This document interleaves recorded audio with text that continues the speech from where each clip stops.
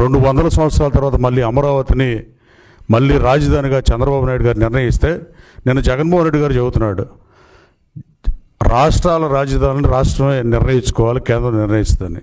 Yes, Chandrababu Naidu గారు ముఖ్యమంత్రి గారు నిర్ణయించాడు అమరావతి రాజధాని. నువ్వు యాక్సెప్ట్ చేసావు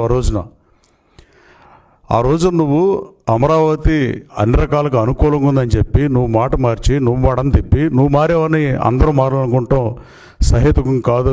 జగన్మోహన్ రెడ్డి గారు, చంద్రబాబు నాయుడు గారు అమరావతిని రాజధానిగా ఎంపిక చేసి గత వైభవం ఎంతో ఘనకీర్తి కలిగిన అమరావతిని మళ్ళీ రాష్ట్రానికి రాజధాని చేసే అవకాశం వస్తే ఆయన రాజధానికి చేస్తే నువ్వు అడుగున అడ్డపడింది వాస్తవం కాదా? నువ్వు ఎన్ని కఠోరమైన ప్రయత్నాలు, నీ ముఖ్యమంత్రి పదవిని సభానాయకుడిగా నీకు ప్రజలు ఇచ్చిన అధికారాన్ని 150 సీట్లు వచ్చి అధికారం ఇస్తే ఉమ్మడి రాష్ట్రం కలిసి ఉన్నా కూడా మ్యాజిక్ ఫిగర్ కన్నా నీకు ఆ రోజు ఎక్కువ రాష్ట్ర ప్రజలు ఇస్తే నువ్వు చేసిన పనికిమాల పని వల్ల అమరావతిని కదిపిద్దాం అనుకోవడం వల్ల నువ్వు అమరావతిని మారుద్దామని నువ్వు చేయని ప్రయత్నం లేదు.